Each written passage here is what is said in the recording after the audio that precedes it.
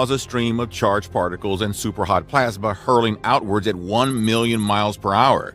This tornado of fire and fury could affect not just Earth, but the entire solar system.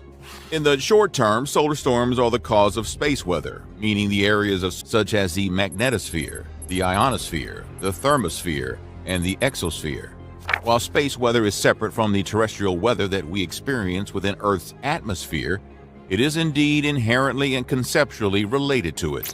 In the long term, solar storms are the cause of patterns comprising what we refer to as space climate, meaning the long-term variation in solar activity within the heliosphere, which again includes things like solar winds, as well as the interplanetary magnetic field, and the way in which the environment close to Earth is affected by it. Those areas include the magnetosphere, the ionosphere, both the upper and lower atmosphere, and the climate. We have been affected by solar superstorms in the past, but not to the kind of extremes we could have been in theory. In fact, despite the effects of past solar superstorms being troublesome on a global scale, the disruption our planet has experienced as a result of them have been relatively minuscule in comparison to what could have happened. In fact, we should consider ourselves pretty fortunate that we haven't been directly in the path of a particularly destructive storm.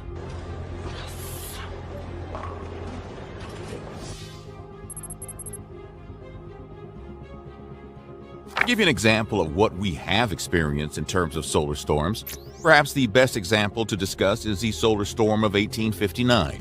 The storm was also known as the Carrington event, after Richard Carrington, one of the English amateur astronomers who observed the storm at the time and compiled an extensive report about it. Having entered the private observatory that was attached to his country estate near London, Carrington pointed his telescope skyward and spotted what he described as two patches of intensely bright and white light erupting from a cluster of enormous dark spots on the sun. No more than 5 minutes later, they had vanished.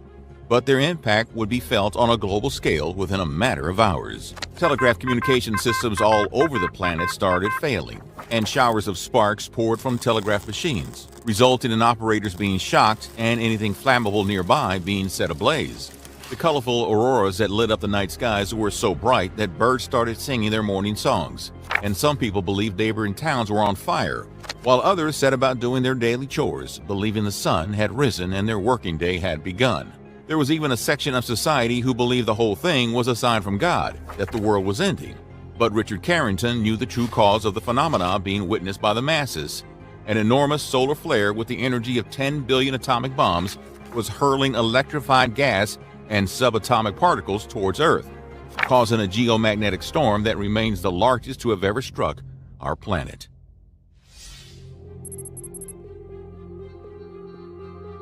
More recently, in 2012, a solar superstorm of similar magnitude, one simply called the Solar Storm of 2012, passed Earth's orbit without striking the planet, missing by 9 days. Given how much our planet relies on electricity in modern times, the effects of that storm could have been devastating for us. But thankfully, we rode our luck with a near miss. Other storms of a notable nature include the 3-day May 1921 geomagnetic storm and the solar storm of 1972. The former burned out fuses, electrical apparatus, and telephone stations, as well as causing fires at signal towers and telegraph stations. Essentially, it caused a complete communication blackout that lasted several hours. The latter had the fastest CME transit time ever recorded and remains the most extreme solar particle event by some measure. It's regarded as the most hazardous storm of its nature when it comes to human spaceflight during the space age. There were several technical disruptions, and it even resulted in the accidental detonation of numerous magnet-influenced sea mines. A recent study carried out by Harvard University has predicted that at some point in the next century, we could be struck by a hugely powerful solar superstorm, one even more potent than the Carrington event. And there's a very good chance that it might literally be an event of apocalyptic proportions. So what could actually happen in the worst-case scenario if a similar or even bigger solar superstorm was to directly impact our planet now? Well, to put it in simple terms, the sun could go from being our most important resource to our most dangerous threat. Avi Loeb, an Israeli-American theoretical physicist who works on astrophysics and cosmology and is the Frank B. Baird Jr. Professor of Science at Harvard, puts it like this: The sun is usually thought of as a friend and the source of life, but it could also be the opposite. It just depends on the circumstances. Loeb and his colleague Manasvi Lingam examined data on other sun-like stars to see how likely solar superflares are and how they might affect us. Referring to the Carrington event, Loeb compared it to what might happen if a storm of similar magnitude were to impact us today, saying, back then there was not very much technology, so the damage was not very significant. But if it happened in the modern world, the damage could be trillions of dollars. A flare like that today could shut down all the power grids, all the computers, all the cooling systems on nuclear reactors. A lot of things could go bad. That in itself would be absolutely horrific. But it isn't just technology we should be concerned about. The most extreme superflares created by a large solar superstorm could send out energetic bursts of ultraviolet radiation and high-energy charged particles that could cause all kinds of horrendous damage. For example, on a basic level, they could leave people around the world without essential life-preserving power, turning off life support machines while making it hard for those in freezing climates to stay warm, and vice versa. But they could also completely destroy our ozone layer, the very layer of the Earth's stratosphere that protects us from our sun's deadly radiation. They could disrupt entire ecosystems, resulting in cataclysmic situations for all manner of living organisms. And they could even cause DNA mutations. But don't get your hopes up. Those mutations are unlikely to give us superpowers. Go web! Fly! Instead, these mutations would cause skin cancer and other life-threatening diseases. Studies prior to those of Loeb and Lingham's have shown that such an event does indeed seem likely to occur within the next 100 years, and there is, in fact, a 12% chance of it happening in the next decade. Loeb has pointed out that not too many people appear to be particularly worried about a solar superstorm occurring, stating things like asteroid impacts get all the attention when it comes to potentially apocalyptic space events. But he and Lingham are convinced that superflares are just as likely to occur and pose just as much of a risk. Greg Laughlin, a professor of astronomy and astrophysics at Yale University, has succinctly pointed out that he's not lying awake in bed at night worrying about solar superflares. But he does go on to say that, but that doesn't mean that someone shouldn't be worrying about it.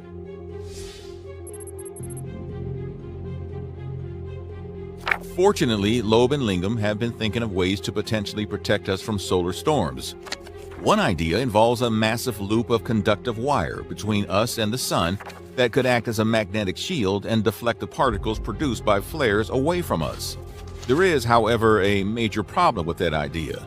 It would cost upwards of $100 billion to launch it into space. It would be hard enough to convince those in power that solar storms pose a big enough threat to warrant spending that kind of money. On that topic, Laughlin has said, "I think that seriously diverting resources to build a wire loop in space would not be the best way to spend money. But thinking more about how solar superflares work and getting a sense of how our sun fits in with its peers would be a very valuable effort." Despite their concerns about the widespread apathy being shown regarding solar superstorms, Loeb and Lingham aren't actually the only people to have thought about how to protect us from them.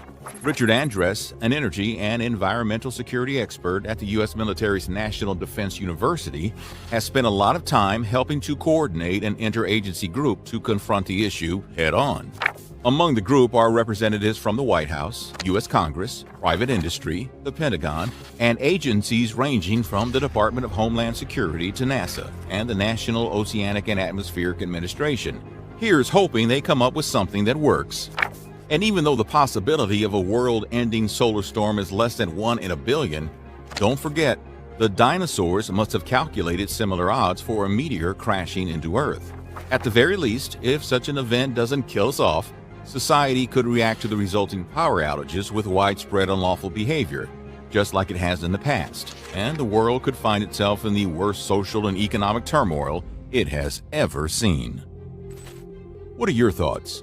Tell us in the comments. And if you enjoyed this video, make sure to leave a like and subscribe to Factnominal for more videos like this.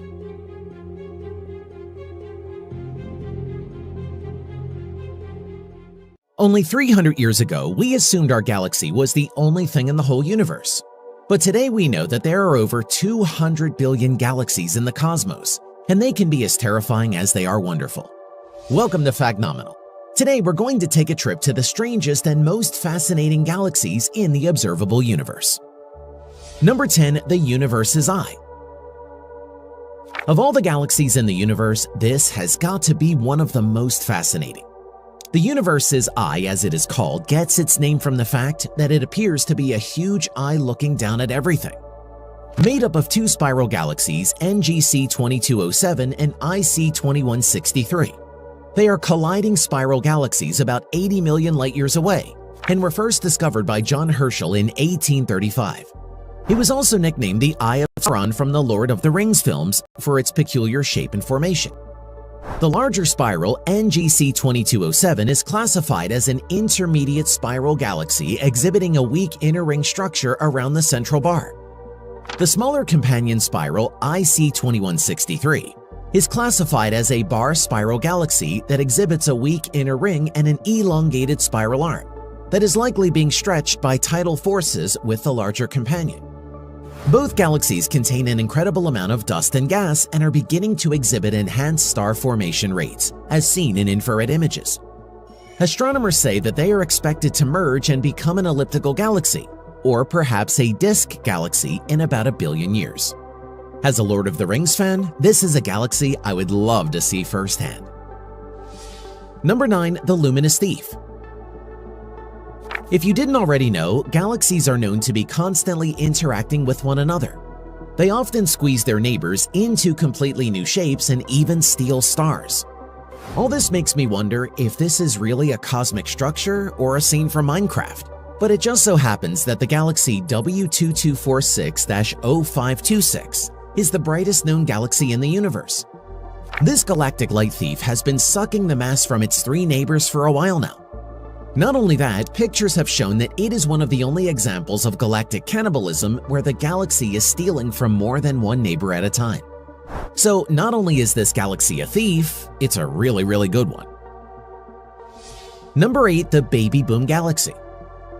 The Baby Boom Galaxy is a starburst galaxy located 12.2 billion light-years away and was discovered by NASA's Spitzer Science Center at the California Institute of Technology. Like some other starbursts, it is thought to be a collection of colliding galaxies. Galaxies are known to produce stars from gas and dust slowly over time, but this galaxy seems to have a mind of its own. She's like the big mama bear of all galaxies, and she has been producing stars at a rate that's never been seen before, thus earning the nickname Baby Boom. In fact, this galaxy manages to give birth to a new star in just 2 hours. Now that's some efficiency right there. The Milky Way, on the other hand, could probably take some lessons from Baby Boom, since it takes 36 days to do the same. Some say the Baby Boom Galaxy will need just about 50 million years to become the most massive galaxy in the universe. Though none of us will be here to see that happen, just know we're rooting for you, Baby Boom. Number 7. The Jellyfish Galaxy. Galaxy ESO 137-001, also fondly known as the Jellyfish Galaxy, was first discovered by Dr. Ming's son in 2005 and is located at the constellation Triangulum Australe in the cluster Abell 3627. What makes this galaxy so spectacular is the fact that it bears a striking resemblance to a jellyfish.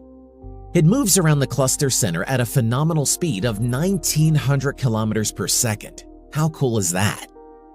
Composite images have shown X-rays from Chandra in blue, optical emission in yellow, and hydrogen light in red. The X-ray tails were created when cool gas from the galaxy, with a temperature of about 10 degrees above absolute zero, was stripped by hot gas of about 100 million degrees as it travels through the center of the galaxy cluster. The stripping of this cool gas could be leading to new stars being formed in the tails behind the galaxy. The galaxy is a barred spiral galaxy, meaning its stars form a spiral shape with a bar-shaped center. According to sources, the star formation process inside the tail of dust and gas remain a mystery to this very day. Number 6. The Sunflower Galaxy. The Sunflower Galaxy, otherwise known as Messier 63, was discovered in 1779 by the French astronomer Pierre Méchain and was the first of 24 objects that Méchain would contribute to Charles Messier's catalog.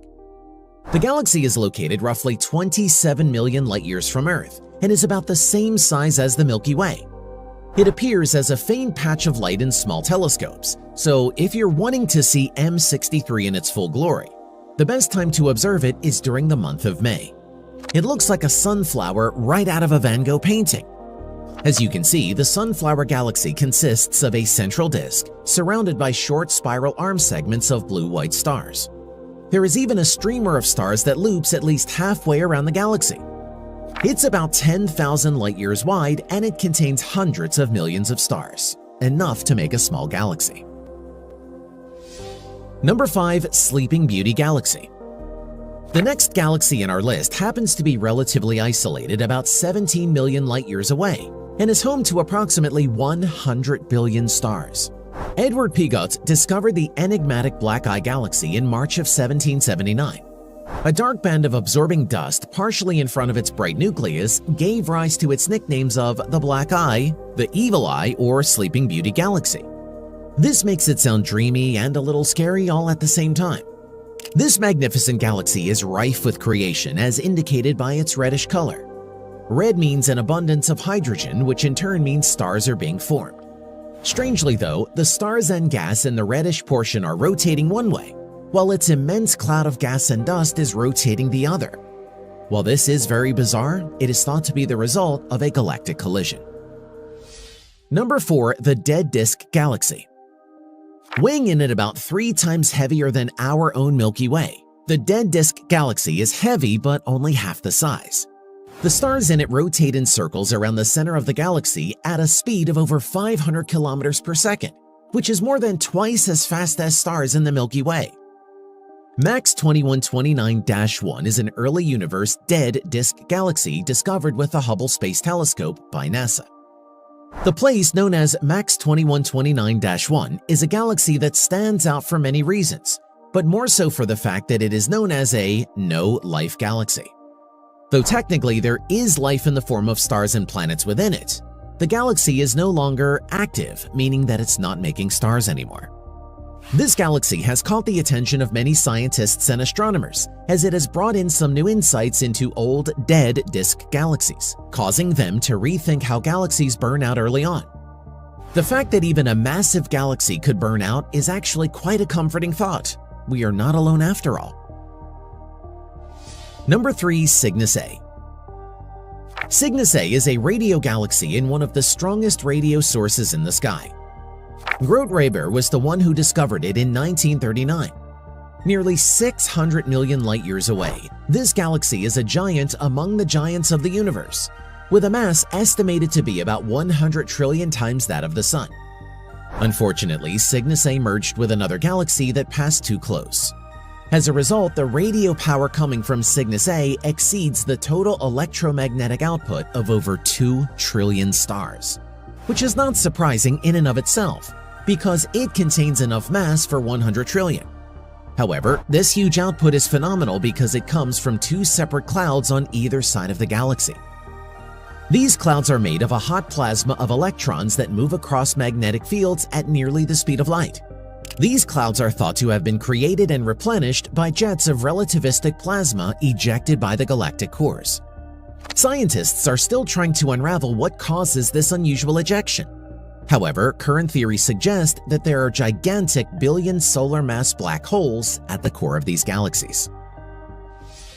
Number 2. The Southern Pinwheel. Nicolas Louis de Lacaille discovered this galaxy on February 23, 1752, and it has been studied by astronomers ever since. It comes as no surprise as M83 happens to be one of the most beautiful galaxies in the universe. But what makes it so special, you ask? Well, there is a large number of supernova explosions constantly happening within it. Not only does it sound cool, it's the reason why M83 gets so much attention. Currently, there are 8 active supernovas under observation, but the remains of hundreds more have been studied. The cause of the massive amount of supernovas remains a mystery, but what astronomers are more focused on is the huge number of active star-forming regions, usually identified in photos as pink. The pink color is a result of the enormous amount of UV light being generated by millions of new stars that act on surrounding clouds of dust and gas. These phenomenons have led to unusual formations which give the galaxy M83 its nickname, the Southern Pinwheel. Number 1. The Andromeda Galaxy. The Andromeda Galaxy is the closest large galaxy to the Milky Way and is one of a few galaxies that can be seen unaided from the Earth. So you could say that they're neighbors, but trust me when I say this, it's not really the kind of neighbor you want. According to astronomers and scientists, Andromeda is a galactic cannibal who has been devouring other galaxies for eons. And while that sounds impressive, let's just hope our cannibal neighbor isn't in the mood for a Milky Way.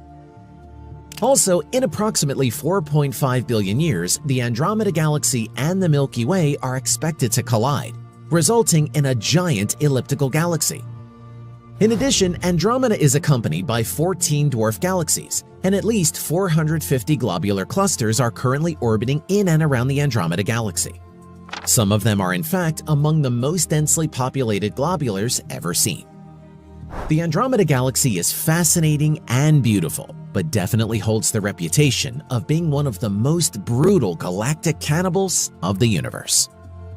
So what do you think? Do you know of any other strange galaxies? Let us know in the comments. And as always, thanks for watching Factnominal.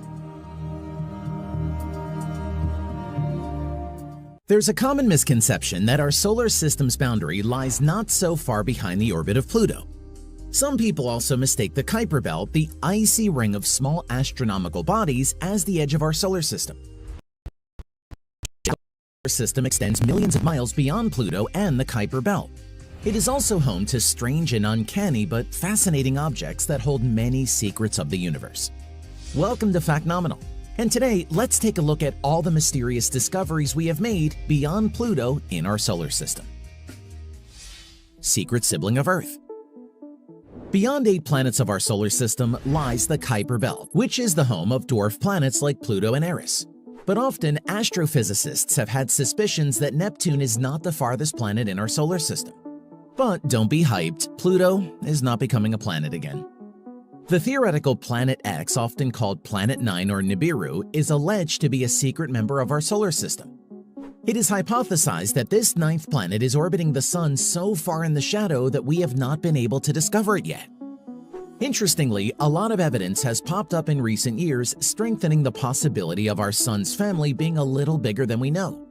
In 2016, Mark Brown, a member of the scientist team at California Institute of Technology, suggested that a planet 10 times the mass of Earth is wandering in the outer edges of our solar system. According to NASA, Caltech researchers' mathematical evidence suggests that Planet 9 is 20 times farther from the Sun than Neptune. If true, then Planet 9 will need somewhere between 10,000 to 20,000 Earth years to make one full orbit around the Sun. The glaring evidence in support of the 9th planet is the mysterious source of gravity that exists beyond Neptune in our solar system. This gravity is perhaps the reason why the plane in which the other planets orbit is tilted about 6 degrees away from the Sun's equator. If Planet 9 exists and is as big as we have estimated, then it will explain why the entire solar system wobbles away from the center. It will also explain why numerous objects in the Kuiper Belt orbit in the opposite direction of everything else in our solar system. Based on the behavior of these distant objects, the astronomers believe the planet to be a super-Earth, a massive rocky planet that is extremely common in the universe, but which our solar system oddly lacks. The planet could have coalesced out in the cold reaches of our system over millions of years, formed close to the Sun and then been flung outward, or even been captured by a star from another system. Still, there is a question facing all these possibilities. If the 9th planet exists, why haven't we found it yet? The snowman in Kuiper Belt. There are millions of miles between Earth and Pluto, and billions more to reach the edge of the solar system. Only 3 of our spacecraft have been able to travel this far and explore, so there's still much to discover what lies on the outskirts of our little solar neighborhood. And by the looks of what Voyager 1, Voyager 2, and the New Horizons space missions have revealed, expectations are getting wilder and wilder about how bizarre our wonderful system is. One of the most peculiar objects New Horizons found in the Kuiper Belt was a cosmic snowman. Arakoth, named after the Native American term meaning sky in the Powhatan language, is a cosmic object that has the strangest shape that we have encountered in the solar system. 4.1 billion miles away from Earth, Arakoth is among many icy and not-so-big objects that form the Kuiper Belt. What makes Arakoth unique is that it is not one object, but a product of two Kuiper Belt objects, or KBOs, merging together to form a particular shape that resembles a flattened snowman. Moreover, Arakoth is also quite red, redder than Pluto's poles, which adds more flair to its peculiarity. Scientists are hoping to study this fascinating KBO more in the future to discover its secrets and help understand the formation of our solar system better. ET spaceship or space cucumber? Recent human history is full of testimonies claiming to witness unearthly spaceships in the sky, being abducted by them, and even some have claimed to create relationships with the extraterrestrials. However, such testimonies always fail to provide conclusive evidence of our planet being visited by interstellar beings. But these claims do keep the excitement of finding life elsewhere in the universe alive. So, when the Pan-STARRS telescope at Haleakala Observatory, Hawaii discovered a spaceship-like object entering our solar system on October 19, 2017, the hype was real. Astronomer Dr. Robert Work spotted an extremely elongated object whizzing through the solar system. About a kilometer in length and about 167 meters wide, the cucumber-shaped object was moving at an incredible speed, seemingly unaffected by the sun's gravitational pull. It was named Oumuamua, which means scouts in Hawaiian. Early studies have discerned that it must have entered our solar system in the Victorian era, but it is still hard to tell where it must have originated and how long it has been venturing into deep space before it reached our solar system. In August 2018, a study using data from the European Space Agency's Gaia telescope identified 4 stars that Oumuamua would have passed in the last 1 to 7 million years. Perhaps one of these was its home star. Professor Avi Loeb at Harvard University was among the first to suggest that Oumuamua could be an extraterrestrial probe because of how little its trajectory was affected by the sun. He proposed that if it had a solar sail attached, pressure from the solar wind could be helping to blow it off course. But don't worry, you don't need to start prepping for an interstellar assault by space invaders, as most of Professor Loeb's colleagues don't agree with him. In fact, the hypothesis of Oumuamua being an interstellar spaceship has been heavily criticized, as evidence indicates that the object is more likely to be entirely natural in build. Dr. Colin Snodgrass, an astronomer at the Open University, has pointed out that little jets of gas, caused when the comet's ice is warmed by the sun, could be nudging it off its natural gravitational course. However, Snodgrass doesn't deny the fact that Oumuamua does have some unusual properties that are not found in the comets that are from our solar system.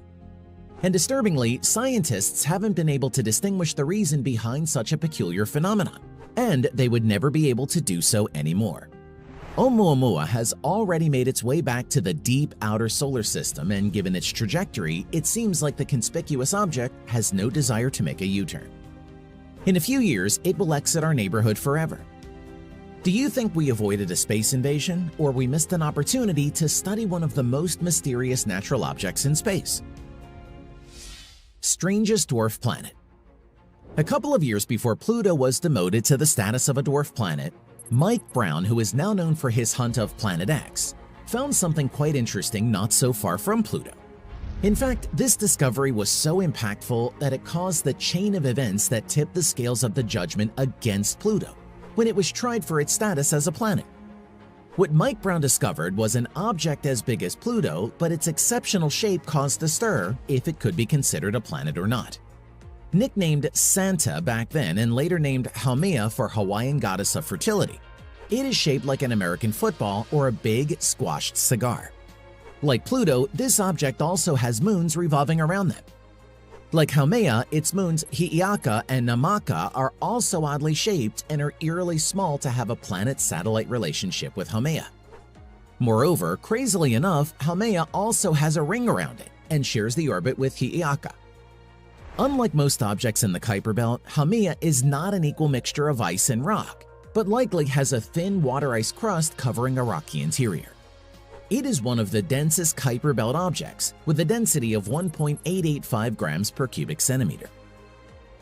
The reason for Haumea's odd shape is that the object is spinning so fast that it has been stretched into the shape of an ellipsoid. Of course, because of Haumea spinning so fast, the days of Haumea are quite short. Want to catch the sunrise? You're in luck, as you can catch the sunrise every 4 hours. Haumea, though once thought unique, is not the only object with such amazing features anymore in the Kuiper Belt. Many Kuiper Belt objects have moons, some with peculiar shapes, and many which defy all sense and logic. So, do you think our solar system has more wild things yet to discover? What should we cover in our next video? Do tell us in the comments, and don't forget to smash that like button. And as always, thanks for watching Factnominal.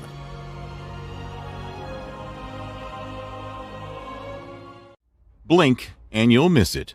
The Milky Way has been throwing bright bursts of radio waves at us like a camera phone with an obnoxious flash. If we could see fast radio bursts with the naked eye, they would look like tiny fireworks in outer space. Since their discovery in 2007, we had no idea who was throwing such a spectacular galactic party. But that is about to change.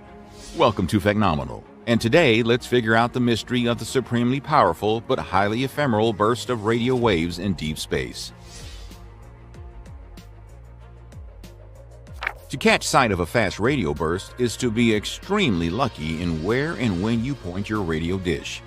These brief and mysterious beacons have been spotted in various and distant parts of the universe, as well as in our own galaxy. Their origins are unknown, and their appearance is unpredictable. In 2007, scientists discovered a massive outburst of radio waves and energy in space, but could not discern what may have caused such an explosion. Since then, many scientists have been working restlessly on finding the source of such an exotic phenomenon in the deep space, like two noir detectives working on a murder mystery. In the last 15 years, the case has become more convoluted, as astronomers have spotted roughly 1,000 more transient blasts of the same kind. Most of them have been nothing but cold trails as they come and go so quickly. Researchers have only been able to trace about 15 of them to their home galaxies. All are massive and far from Earth. They have been still trying to pin the likely galactic neighborhoods where these beams may have originated. Tracking them is vitally important, as the locations could offer clues to what or who is causing such enigmatic cosmic fireworks. Until now, astronomers had a wide array of suspects behind these fast radio bursts. The theories about FRB's origins have seen both extremes of the spectrum of reasoning. Some believe that they were caused by colliding black holes, while others have blamed extraterrestrial spaceships. More reasonable theories suggest the bursts originate from neutron stars, which are corpses of stars that died in catastrophic explosions known as supernovas.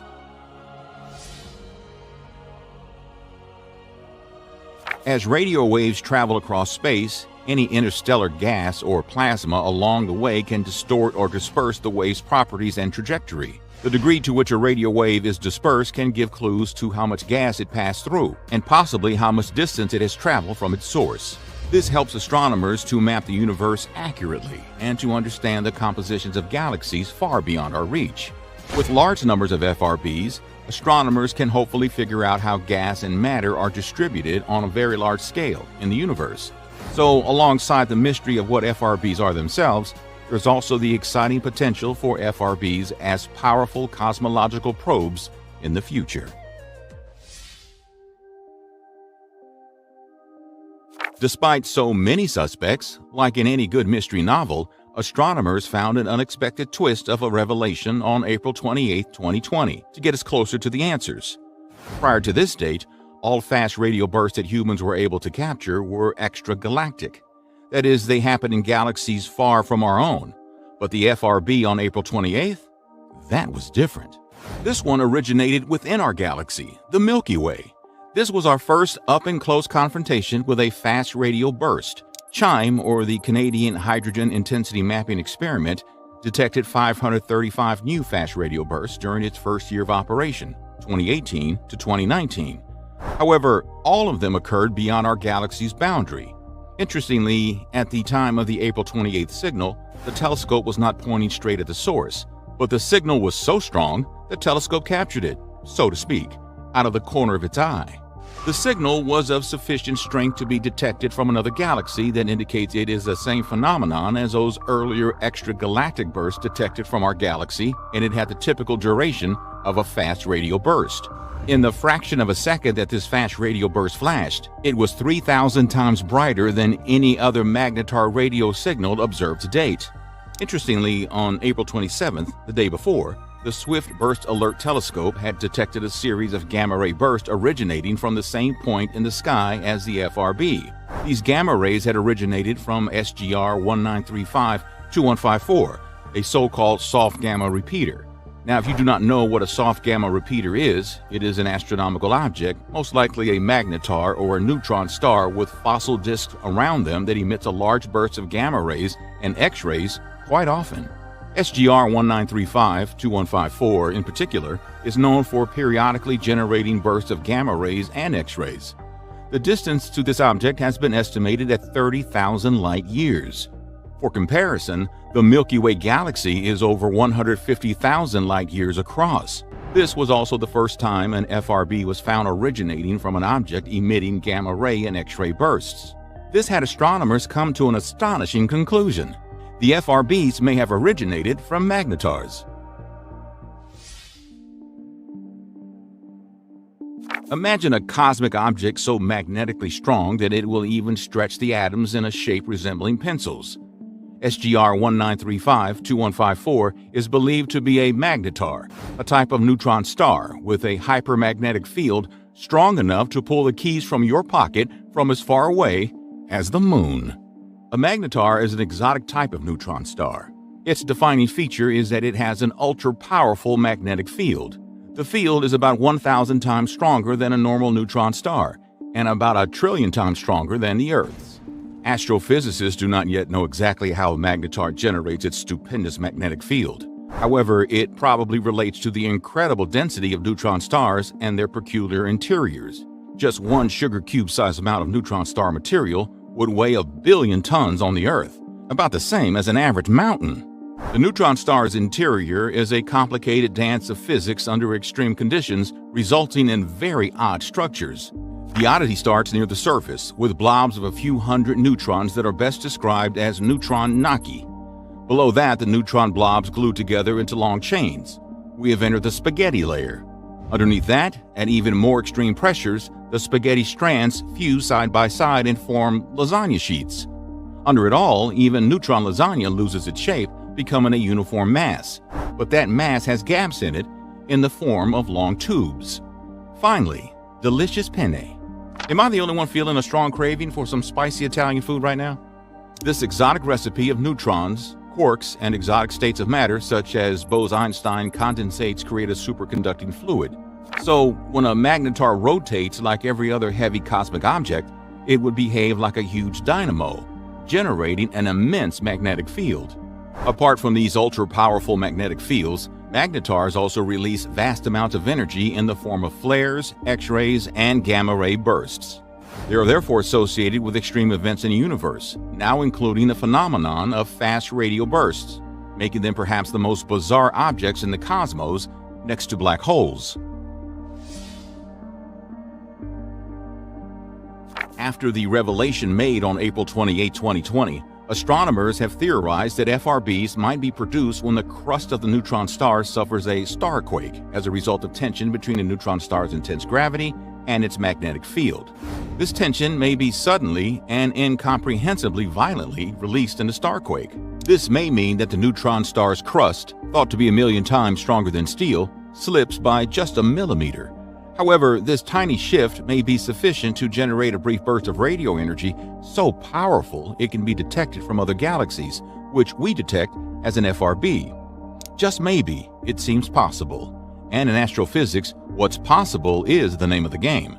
But does that mean we can close the case of these mysterious flashes across the universe and proclaim magnetars as the sole reason for their occurrence?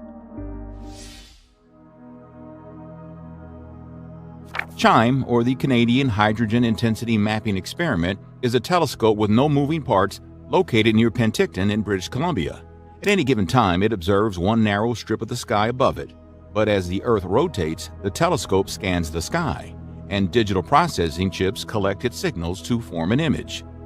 The results gathered by this telescope seem to cement the idea that there are at least 2 distinct types of fast radio bursts. Out of 535 FRBs detected by CHIME, 61 are repeaters, which means that they have been seen emitting bursts multiple times.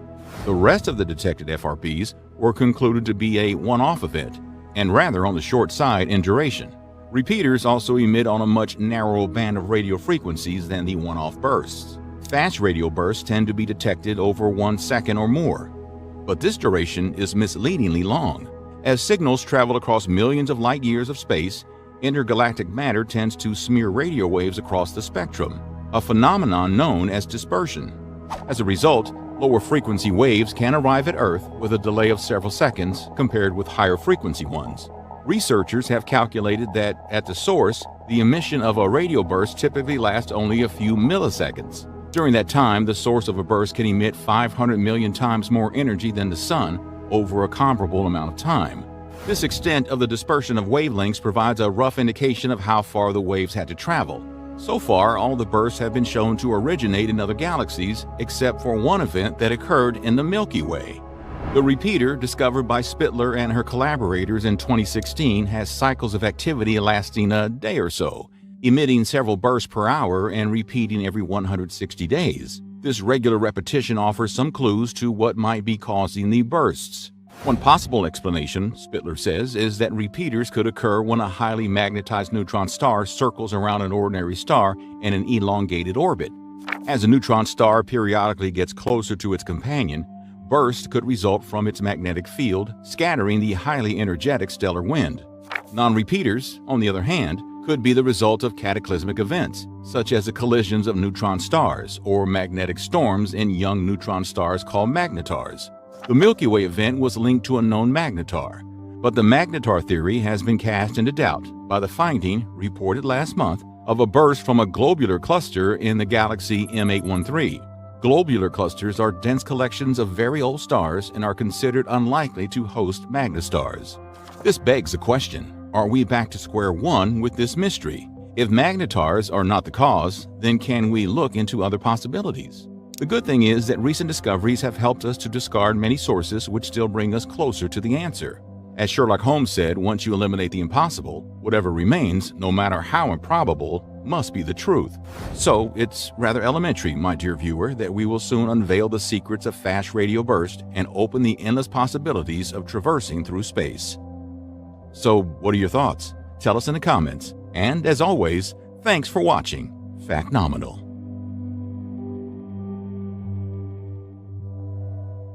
The Voyager 1 and Voyager 2 spacecrafts were launched during the 70s to boldly go where no one has gone before.